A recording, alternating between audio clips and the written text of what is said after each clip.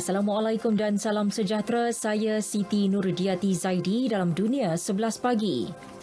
Sekolah di Myanmar kembali dibuka buat pertama kali sejak rampasan kuasa oleh junta Februari lalu. Bagaimanapun, guru dan pelajar dilaporkan membantah keputusan tersebut.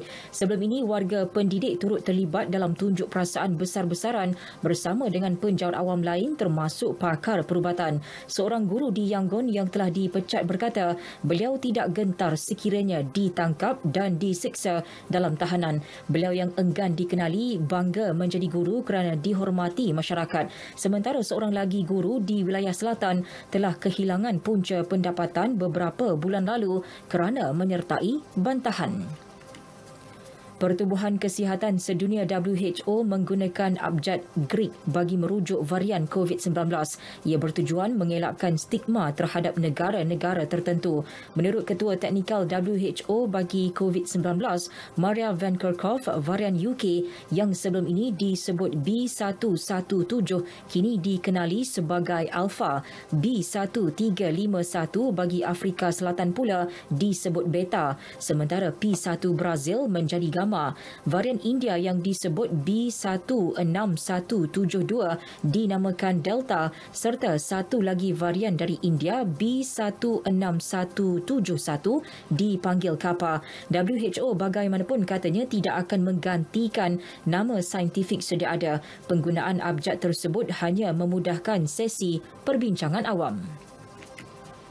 Kesatuan Eropah EU dijangka melancarkan rancangan pemulihan COVID-19 bulan ini setelah semua 27 negara anggota bersetuju meluluskan skim berkenaan. Perkara itu dimaklumkan Perdana Menteri Portugal Antonio Costa yang juga pengerusi Majlis Eropah. Pelan pemulihan EU bernilai 750 bilion euro yang dikenali sebagai Next Generation EU telah dirangka pada Julai 2020. Namun ia terpaksa menunggu lampu hijau daripada kesemua negara blok itu sebelum pihak Suruhanjaya mendapatkan pinjaman. Spanyol dan Itali bakal menerima dana tertinggi iaitu hampir 70 bilion euro. Pihak berkuasa kesihatan Denmark diminta menimbang semula keputusan berhubung penggunaan vaksin COVID-19 keluaran Johnson & Johnson dan AstraZeneca. Ia berikutan kegagalan program imunisasi COVID-19 negara itu berjalan mengikut jadual yang ditetapkan. Kedua-dua vaksin berkenaan dikeluarkan daripada senarai vaksin yang diluluskan ekoran kebimbangan mengenai risiko darah beku. Namun Denmark kini menghadapi kesukaran mendapatkan bekalan vaksin Moderna dari Amerika Syarikat. Ini menjejaskan pelan kerajaan untuk memastikan semua rakyat divaksinasi menjelang September. Peru muncul negara yang merekodkan kadar kematian per kapita paling tinggi di dunia akibat wabak COVID-19. Ia susulan langkah kerajaan menyemak semula angka kematian rasmi yang menyaksikan jumlah kematian meningkat sekali ganda kepada 180,764 berbanding 69,342 sebelum ini. Perdana Menteri Violeta Bermudez berkata statistik itu disemak semula atas nasihat panel pakar kesihatan tempatan dan antarabangsa. Peru disaran mengubah kriteria pendaftaran kematian berkaitan wabak itu selepas mendapati kaedah sedia ada tidak menggambarkan jumlah sebenar kematian akibat COVID-19. Dalam pada itu, Turki melonggarkan sekatan pergerakan yang dikuatkuasakan bagi mengekang penularan COVID-19. Perintah berkurung pada hujung minggu ditamatkan. Manakala perintah berkurung pada hari biasa kini bermula lewat sejam iaitu daripada pukul 10 malam hingga 5 pagi.